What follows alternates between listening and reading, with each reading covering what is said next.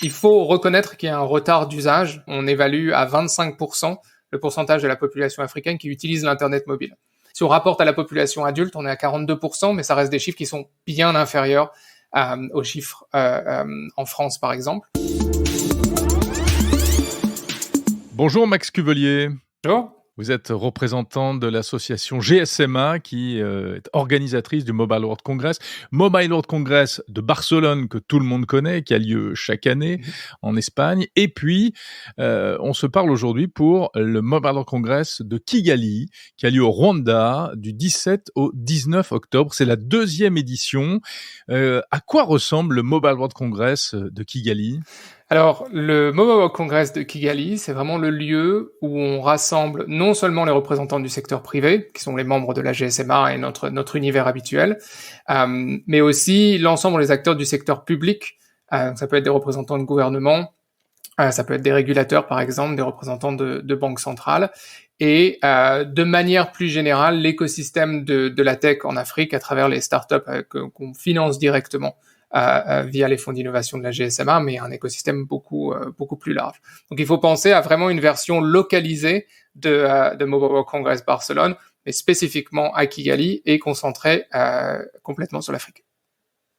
On sait que les télécommunications en Afrique sont très développées, mais pas forcément comme en France. Oui. Je crois que voilà, il y avait des systèmes de paiement par SMS qui existaient dans beaucoup de pays d'Afrique qu'on n'utilisait pas en France, etc. Il y a des spécificités. Donc, quelles sont les tendances de ce Mobile World Congress 2023 au Rwanda ? Alors tout à fait, les usages sont assez différents en Afrique. Il faut reconnaître qu'il y a un retard d'usage par rapport à un pays comme la France, par exemple. Aujourd'hui, et nos chiffres ont été publiés aujourd'hui, on évalue à 25% le pourcentage de la population africaine qui utilise l'Internet mobile. Et ça veut souvent dire, on pourrait presque traduire en 25% de la population africaine qui utilise Internet tout court, car le mobile est souvent l'unique moyen d'utiliser l'Internet. Si on rapporte à la population adulte, on est à 42%, mais ça reste des chiffres qui sont bien inférieurs aux chiffres en France, par exemple. À quoi c'est dû ? C'est dû à un retard de couverture. Dans une certaine mesure, 15% de la population en Afrique, à peu près 200 millions de personnes, ne sont pas couverts par un réseau d'Internet mobile. Mais si vous faites l'écart entre 25% et 15%, les 60% restants sont en fait une population qui a été couverte aujourd'hui. Donc, comme vous disiez, le mobile, le digital est très actif, les réseaux ont été construits, mais 60% de la population vit dans une zone de couverture, mais n'utilise pas l'Internet mobile aujourd'hui. Donc, quand vous parlez des tendances, pour nous, c'est vraiment d'essayer d'adresser ce qu'on appelle cet écart d'usage. Et comment ça se fait ? Il faut lutter contre l'électronisme, qui est une énorme barrière à l'utilisation de l'Internet mobile. Et aussi, il y a énormément de conversations autour de l'accès au smartphone ou au feature phone, qui reste probablement le biais majeur d'utilisation. Donc, déjà, on commence par adresser ces questions principales pour essayer d'amener la majorité de la population en ligne en Afrique. Ensuite, bien sûr, FinTech, les paiements de manière générale, l'Afrique a vraiment développé sa propre voie qu'on appelle le mobile money ou le paiement mobile ou l'argent mobile en français. Aujourd'hui, il y a 800 millions de comptes mobile money en Afrique, dont 200 millions sont actifs tous les mois. L'Afrique est vraiment le continent du mobile money. La moitié des comptes, les 2/3 du volume des transactions dans le monde se fait en Afrique. Et vraiment, le mobile money représente une partie importante de cet écosystème financier mobile qui inclut les banques, qui inclut les fintech, qui se développe énormément et qui est une base, entre guillemets, sur le développement économique qui permet à des petites entreprises de fluidifier leur paiement, par exemple, ou la collecte de revenus, mais qui permet aussi à tout un écosystème de start-up de se développer sur ces sujets. Et ensuite, on a des sujets particuliers sur lesquels on se concentre, sur lesquels on voit vraiment un développement des cas d'usage ou peut-être un retard à rattraper, entre guillemets. Le sujet de la santé, en particulier l'e-santé, est un sujet qui est très important pour nous cette année, où avec Smart Africa et CDC Africa, on organise un sous-sommet, entre guillemets, vraiment sur le sujet de la santé, pour réfléchir à comment accélérer le développement de l'e-santé en Afrique. Donc paiement, santé, les paiements très développés, vu qu'il y a peu d'utilisation de réseau large bande, c'est surtout par SMS, c'est ça ? Alors la technologie, c'est assez intéressant, oui, la technologie derrière le mobile money est souvent même pas du SMS, c'est de l'USSD, qui est un niveau encore inférieur en termes de développement de technologie. Ça a l'avantage d'être compatible avec virtuellement tous les téléphones. Pas besoin d'être sous un réseau 2G, 3G, 4G. Alors, parfois, il y a des interfaces qui ont été créées via des apps, ce genre de choses, mais souvent, la communication derrière se fait toujours par l'USSD, qui est, pour vos auditeurs, vraiment le système de base. Vous vous souviendrez peut-être du dièse 1, 2, 3 dièse qu'on faisait il y a 20 ans pour connaître sa consommation sur son forfait. C'est ce type de technologie. D'accord. Mais alors comment, effectivement, développer des applications plus élaborées, que ce soit pour le paiement ou pour la e-santé dont vous parliez, s'il n'y a pas, à la fois de réseau et d'accès au réseau et de pratique des réseaux 3G, 4G, 5G? Alors c'est vraiment la problématique importante. Nous, ce qu'on peut voir sur les usages et les solutions qui se développent de manière le plus large, c'est qu'elles présentent, entre guillemets, des facilités d'utilisation et d'accès selon euh, les capacités d'usage de l'utilisateur. C'est-à-dire que si on veut couvrir la population la plus large, il faut avoir une application parce que les populations plus aisées qui vivent en ville vont vouloir accéder au mobile money ou à leurs services de santé ou à leurs services d'éducation via une application. Et si on veut vraiment pouvoir toucher des populations à revenus plus inférieurs ou des populations qui vivent dans des zones rurales, par exemple, il faut avoir un pendant ou un complément de ce service qui va être utilisable sous USSD, par exemple, ou sous SMS ou via un serveur vocal. Qui sont les acteurs en Afrique d'une manière générale? Est-ce qu'on retrouve les traditionnels Apple, Google, Samsung, etc., que ce soit pour les plateformes, les outils ou les terminaux, ou bien c'est un autre univers? Alors l'Afrique a un écosystème d'acteurs qui est un petit peu plus différent, pardon, de l'Europe ou des États-Unis par exemple. Je commencerai par dire que les opérateurs mobiles jouent un rôle plus important que celui qu'ils peuvent jouer en France aujourd'hui. Sont vraiment on travaille vraiment pour se développer en termes d'acteurs digitales, avec par exemple des solutions de paiement, mais aussi en ayant développé directement des solutions sur le thème de la santé, de l'agriculture, de l'éducation, par exemple. Donc, les opérateurs jouent un rôle plus important qu'ils peuvent jouer en Europe, par exemple. Ensuite, les acteurs internationaux, GAFA, par exemple, Google est très actif, Facebook est très actif en particulier, ou Meta de manière plus large. Apple, du fait du niveau de prix de ces terminaux en particulier, touche vraiment une frange beaucoup plus limitée de la population, qui a d'ailleurs souvent tendance, quand elle cherche à acheter des terminaux Apple neufs, à les faire venir de l'étranger plutôt que d'attendre qu'ils arrivent sur le marché africain, qui a tendance à être servi un petit peu plus loin. Et pour parler des terminaux, on a vraiment des marques qui sont présentes en Afrique, qui ont développé des terminaux qui sont très spécifiques aux besoins des populations locales, des marques qu'on voit pas du tout en Europe, comme Tecno, par exemple, qui fait partie des marques les plus importantes et qui vient, je pense, de se hisser au 5e rang mondial des vendeurs de terminaux, alors que c'est des marques dont on n'entend jamais parler en Europe. C'est une marque qui vient d'où, Tecno? C'est une marque chinoise. Les Chinois et les marques chinoises sont très présentes? Alors Tecno en particulier, et ça vient du fait qu'il y a eu énormément de travail fait par Tecno pour développer des solutions, des terminaux, pardon, qui sont spécifiques au marché africain. Ne serait-ce, par exemple, il y a eu un certain nombre une certaine couverture de ce sujet-là il y a quelques années, mais ne serait-ce une caméra sur un terminal à bas coût qui prenne des photos correctes en Afrique, alors que les caméras ont souvent été développées, c'est la réalité de la technologie, pour prendre des photos de différentes couleurs de peau. D'accord, donc des objectifs photos qui sont adaptés aux peaux noires. Exactement. D'accord. Et une robustesse de manière générale, par rapport à des températures qui peuvent être plus élevées ou un niveau de poussière qui peut être plus élevé. Enfin, de manière générale, en fait, ils ont plus ou moins réinventé le Nokia 3210 qu'on pouvait avoir il y a 25 ans, qui était très robuste, qui avait une batterie qui était beaucoup plus longue, qui faisait les choses qu'il faisait de manière très bien, Ouais.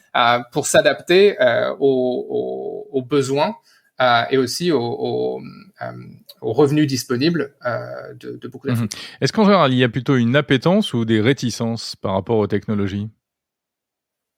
De manière Même générale, s'il est difficile de faire des il y a généralités, bien sûr. oui, c'est assez difficile. Je pense qu'il y a une appétence de manière générale, dans le sens où, en particulier, la technologie mobile est souvent le premier accès à l'internet. Il suffit de se souvenir chez nous la différence quand on est passé de nos téléphones, nos briques entre guillemets à des smartphones. Il y a vraiment un développement de l'usage qui est très important. Je pense qu'il y a aussi au niveau de la jeunesse en particulier, une forte espérance et un fort développement de capacités pour essayer de créer de l'emploi, entre guillemets, d'aller chercher de l'emploi sur ce type de sujet. De manière générale, on a aussi les mêmes questionnements qu'on peut avoir en Europe, par exemple le respect des données personnelles, par exemple, ou les problématiques de désinformation. Qui sont aussi levés par la société civile en Afrique. De manière générale, ce qu'on voit, c'est qu'il y a vraiment un niveau de compréhension et d'attention aux aspects positifs et aux aspects négatifs de la technologie qui est très développé. Vous parliez des opérateurs tout à l'heure. On sait qu'Orange, notamment, est très actif en Afrique. Mais est-ce qu'on trouve également, par exemple, Starlink d'Elon Musk pour apporter de l'Internet mobile un peu partout, puisque le réseau est un problème, vous le disiez? Oui. Alors, en effet, Orange est très développé en Afrique. Il y a 4 opérateurs qui sont très, très présents. Donc, Orange, Airtel, qui est à l'origine un opérateur indien, Vodafone, Vodacom, et MTN Group, qui est un opérateur sud-africain. Tous sont présents entre 10 et 20 pays sur l'Afrique. Alors, il y a des nouveaux entrants, entre guillemets, sur le marché. On est quand même à des niveaux qui sont très, très anecdotiques aujourd'hui. Starlink, je pense, aujourd'hui, doit proposer leur solution dans 2 ou 3 pays. Et on est surtout sur des cas d'usage qui sont très très différents. C'est-à-dire qu'aujourd'hui, pour pouvoir recevoir une connexion Starlink au Nigeria, par exemple, il faut faire un premier paiement de l'ordre de centaines de dollars et ensuite payer des dizaines de dollars par mois quand on sait que le revenu moyen, la dépense moyenne d'un utilisateur de mobile en Afrique est de l'ordre de 2, 3, 4, 5 dollars. On s'adresse vraiment à des populations qui sont complètement différentes. Alors, ce Mobile World Congress africain a lieu au Rwanda, à Kigali. C'est pas un hasard. Parce que le Rwanda est vraiment sur une dynamique très pro-technologie, hein, peut-être entre autres pour faire oublier un passé tragique au Rwanda, évidemment, on s'en souvient. Mais les pouvoirs publics ont une démarche très très volontaire par rapport à ça. Oui, tout à fait. Il y a une démarche très volontaire en local et à l'international. Je pense que le Rwanda porte une voix sur un certain nombre de sujets, mais en particulier sur les sujets technologiques. C'est un sujet qui a été repris non seulement par le président Kagame, mais par la ministre Paula Ingabire, qui est très active, avec laquelle on travaille très bien sur ce type de sujet, et qui non seulement regarde ce que peut faire le Rwanda sur ces sujets, mais aussi comment le Rwanda peut aider d'autres pays et influencer de manière générale la position que doit avoir l'Afrique dans les débats internationaux sur l'intelligence artificielle ou le développement des réseaux ou l'inclusion digitale, ce genre de sujet. Donc le Rwanda est vraiment devenu alors peut-être pas un modèle, parce que bien sûr il y a des spécificités géographiques du fait de la taille qui rendent la couverture plus simple entre guillemets pour des raisons tout à fait géographiques, mais vraiment pour le test de nouveaux usages, pour les conversations sur même des conversations en termes de réglementation qui avancent plus rapidement au Rwanda que dans d'autres pays. Il y a un écosystème de start-up aussi, je crois, qui est assez développé. Alors qui se développe. Il y a un très gros volontarisme qui a attiré un certain nombre d'acteurs.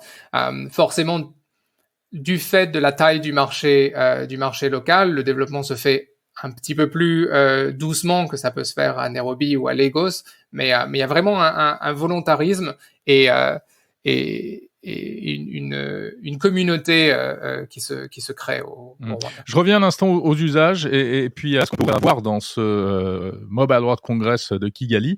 Est-ce que les super apps sont utilisées notamment on sait que c'est plutôt aujourd'hui une spécificité chinoise, c'est pas développé en Europe.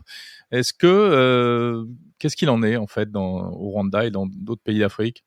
Alors la question est intéressante. Le Super App, c'est un petit peu le Graal de l'opérateur ou même de l'acteur dans le monde de la tech. Alors c'est en effet très développé en Chine, ça marche très bien en Indonésie aussi. En Afrique, on n'y est pas encore. Les opérateurs ont lancé certaines initiatives. MTN par exemple a lancé Ayoba qui se développe assez bien. Mais vraiment, pour qu'une super app fonctionne, il faut qu'elle soit capable d'agréger un grand nombre de cas d'usage, un grand nombre d'acteurs. Et je pense que si je devais penser à un exemple, je pense que l'exemple de l'application M-Pesa de Safaricom au Kenya, donc M-Pesa étant le système de paiement mobile au Kenya, qui est celui qui s'est développé le plus rapidement et de manière plus large, qui doit toucher 80% de la population aujourd'hui. C'est peut-être ce qu'on a le plus proche d'une super app, dans le sens où dans l'application M-Pesa, il y a énormément de sous-applications intégrées, d'autres utilisateurs, d'autres compagnies, comme par exemple pouvoir réserver des tickets de bus ou des tickets de train qui s'agrègent à l'intérieur. Mais le principe de la super app, c'est qu'elle doit se créer sur un premier usage qui est très fort. En Indonésie, par exemple, c'est créé autour de Grab, qui était l'équivalent local de Uber. Et je pense qu'en Afrique, on n'est peut-être pas encore dans un certain nombre de pays à avoir un ou deux cas d'usage qui ont touché une proportion assez importante de la population pour pouvoir ensuite se mettre à agréger tous les autres usages et les autres acteurs dans le système.